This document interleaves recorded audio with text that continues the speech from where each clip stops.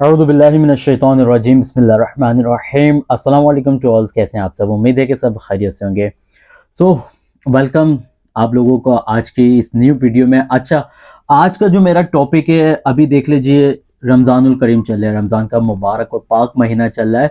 तो रमज़ान के महीने के अंदर कुछ हमारी हैबिट्स अलग हो जाती है, कुछ रूटीन्स अलग हो जाती है, तो कुछ हमारी नींद की टाइमिंग भी अलग हो जाती है। नींद एक ऐसी चीज है कि इंसान अगर प्रॉपर तरीके से नहीं लेता तो उसके साथ क्या क्या हो जाता है। आइए, आज की जो हमारी वीडियो का मौजू है वो ये है कि रमजान में सहरी करके सो जाना कैसा है। चलें वीडियो की तरफ चलते हैं, फिर हम आपको आगे बताते हैं कि आगे क्या क्या है। तो बिस्मिल्लाहिर्रहमानिर्रहीम, अल्लाह पाक के मुबारक नाम से शुरू करता हूँ मैं इस वीडियो को।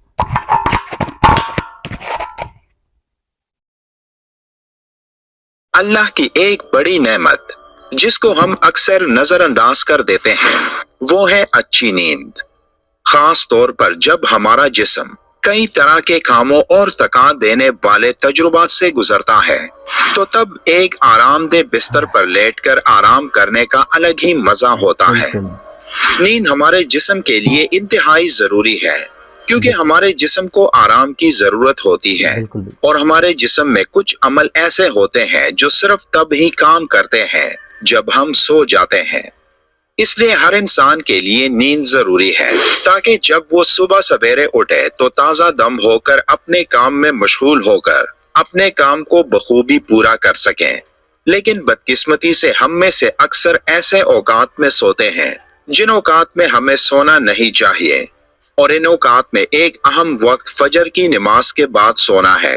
ये वक्त ऐसा होता है कि पूरी रात अच्छी नींद के बावजूद एक इंसान इस खास वक्त में दोबारा सोने को तरजीह देता है।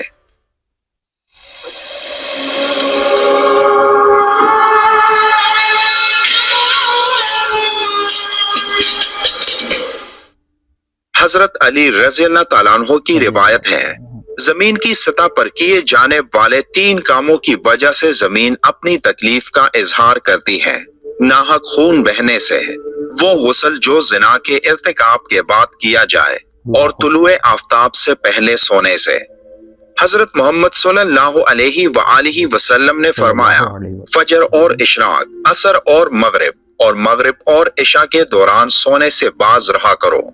इस फरमान में बेशुमार तिब्बी हिकमतें पोशीदा हैं। मसलन आज मेडिकल साइंस ने डिस्कवर किया कि कुरह अर्ज पर फजर और इशराक के दौरान ऑक्सीजन की मिकदार सबसे ज्यादा होती है। हम अगर इस वक्त सो जाए तो हम उस ऑक्सीजन से महरूम हो जाते हैं और यूं हमारी तबीयत में बोझलपन आ जाता है। हम आहिस्ता आहिस्ता चिड़चिड़े और बेजार हो जाते हैं।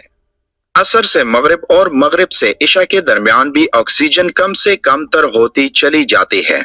हम अगर इस वक्त भी सो जाएं तो हमारा जिस्म ऑक्सीजन की कमी का शिकार हो जाता है और हम 10 मोहलिक बीमारियों में मुब्तला हो जाते हैं। दमा भी इन 10 बीमारियों में शामिल है। इसलिए आप ये औकात जाग कर गुजारें तो आप पूरी जिंदगी सेहतमंद रहेंगे। हजरत आयशा रज़ियल्लाहु ताला अन्हा की मशहूर रिवायत है, फिर जब मुअज्जिन फजर की आजान देकर खामोश हो जाता और फजर तुलू हो जाती, यानी सुबह की रोशनी फैलने लगती, तो आप सल्लल्लाहु अलैहि वसल्लम खड़े होते और 2 रकातें हल्की यानी फजर की सुन्नतें पढ़ते और उसके बाद अपनी दाहिनी करवट पर लेट जाते थे, यहाँ तक कि मुअज्जिन अकामत कहने की इजाजत हासिल करने के लिए आप सल्लल्लाहु अलैहि वसल्लम के पास आता तो आप नमाज के लिए मस्जिद तशरीफ ले जाते हैं। फजर की सुन्नतें पढ़ने के बाद थोड़ी देर के लिए आप सल्लल्लाहु अलैहि वसल्लम इसलिए लेट जाते थे ताकि तमाम। हेलो, अस्सलाम वालेकुम साहब भाई, कैसे हैं? ठीक ठाक हैं? मैं आपको जो है एक सीक्रेट बताने के लिए ये मैसेज है। ये देखें, मैं रात इबादत इलाही और नमाज में मशगूल रहने की वजह से जो थकान वगैरह पैदा हो जाता था वो थोड़ी देर आराम कर लेने से खत्म हो जाए और फर्ज पूरी चुस्ती और बशाशत के साथ अदा हो। लिहाजा बेहतर ये है कि जो आदमी रात को इबादत इलाही और जिक्रुल्लाह वगैरह में मशगूल रहे उसके लिए फजर की सुन्नतें पढ़कर थोड़ी देर के लिए लेट जाना मुस्तहब है। सैयदा फातिमा रज़ियल्लाहु ताला अन्हा बयान करती है, मैं सुबह के वक्त सोई थी कि रसूलुल्लाह सल्लल्लाहु अलैहि वआलिहि वसल्लम मेरे पास से गुजरे और आपने मुझे पाँव से हिलाया और फिर फरमाया कि उठो, अपने रब की तरफ से रिज़्क की तकसीम में शामिल हो जाओ और गफलत शार लोगों की आदत इख्तियार ना करो। अल्लाह ताला तुलुए फजर से तुलुए आफ्ताब तक लोगों का रिज़्क तकसीम करता है। हमारे इर्द गिर्द ऐसे कई लोग होते हैं जिनको रिज़्क की तंगी का सामना होता है।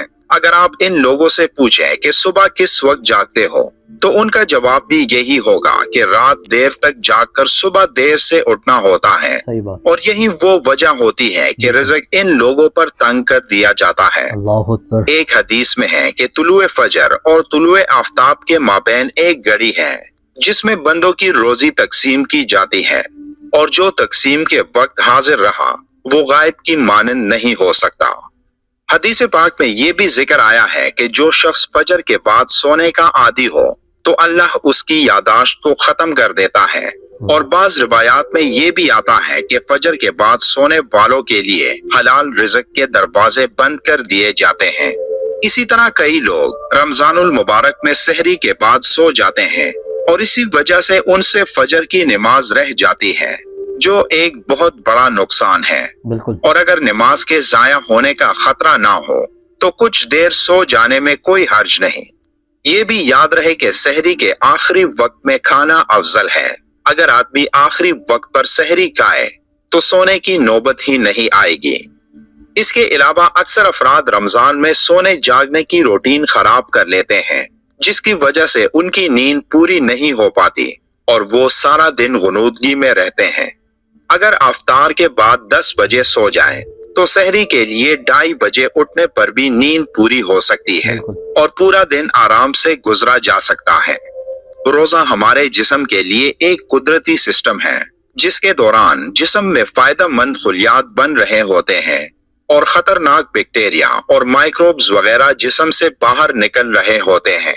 इस दौरान जिगर का डिटॉक्सिफिकेशन सिस्टम भी काम करना शुरू कर देता है और इस सिस्टम को हाई फाइबर ग़िज़ाओं, फल, सब्जियों और जिस्म को हाइड्रेट रखने के जरिए तेज करना चाहिए। इसके अलावा 10 से 12 रोजे रखने के बाद जिस्म में एक हार्मोन रिलीज होता है जो ग्रोथ हार्मोन कहलाता है। ये जिस्म को फिट रखने में मदद देता है। आज मुआशरे का हर फर्द रिज़्क के बारे में परेशान है। कमा कमा के तक जाने के बाद भी दिली सुकून ना होने और जरूरियात के पूरा ना होने ने दिलो दिमाग को बोझल कर दिया है। कहा जाता है कि फजर के बाद के 6 घंटे इस्तेमाल करने वाले शख्स के दिन रोशन और पुरसकून होते हैं, जबकि देर से उठने वालों के बोझल और नाकामियों से। फजर के बाद के 6 घंटों की मिसाल हमारी नौजवानी की है।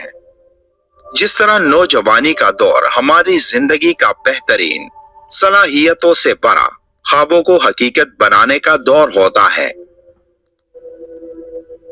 इसी तरह 24 घंटों की नौजवानी सुबह के ये 6-7 घंटे हैं जिनके इस्तेमाल से हम अपने मकासद हासिल कर सकते हैं।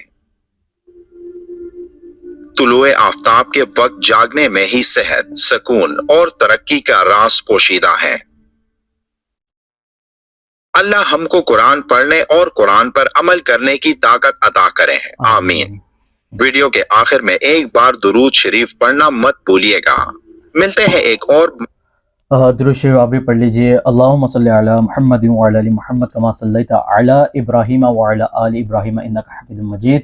अल्लाहुम्मा बारिक अला मुहम्मद व अला आलि मुहम्मद कमा बारकता अला इब्राहीम व अला आलि इब्राहीम इन्नका हमीदुम मजीद। तो गाइस, आज हमने जो ये जानने की कोशिश की कि सहरी के बाद, अभी तो रमज़ान चल रहे हैं, तो रमज़ान में ज़्यादातर हम लोगों की रूटीन ये बनी हुई होती है कि हम रात भर जागते हैं और सहरी करके फिर सो जाते हैं। उससे क्या नुकसान मिलता है? जिस्म एक्टिव नहीं रहता, जिस्म के अंदर एकदम लेजीपन आ जाता है, सुस्त जिस्म रहने लग जाता है, किसी भी काम में, किसी भी चीज़ में दिल नहीं कर रहा होता, बस दिल करता है कि सोते रहो। तो इसकी बेस्ट टाइमिंग क्या है? आप रोज़ा खोलिए, इशा पढ़े, इशा के बाद नमाज तराविया पढ़े और 10 बजे अपना सो जाओ। 10 बजे जब आप सो के 2:30 या 3 बजे सहरी के टाइम पे आप उठें, सहरी करें, उसके बाद आप नहीं सोएं, ठीक है। बेस्ट टाइमिंग ये है क्योंकि अल्लाह सुब्हानहू व तआला सुबह के टाइम पे आपका रिज़्क भी बांटना शुरू कर देता है। अगर आप सो रहे होगे तो फिर आपका रिज़्क भी रह जाएगा ना, तो इसलिए तुलुए आफ्ताब तक आप जागे, तकरीबन 6 घंटे तक आप अपने आप को एकदम एक्टिव रखें, अल्लाह पाक की हम्द व सना करें, नमाज फजर पढ़ें, नमाज फजर पढ़ने के बाद रिज़्क की तलाश में लग जाओ। अगर आपको वीडियो अच्छी लगे, वीडियो इन्फॉर्मेटिव हो, तो वीडियो को लाजमी लाइक करिएगा, मेरे चैनल को लाजमी सब्सक्राइब कीजिएगा, इसी तरह अपना सपोर्ट दीजिएगा। मिलेंगे इंशाल्लाह नेक्स्ट वीडियो में एक नई टिप्स के साथ, एक नई ट्रिक के साथ। जब तक के लिए इजाज़त चाहता हूँ। अल्लाह हाफिज़।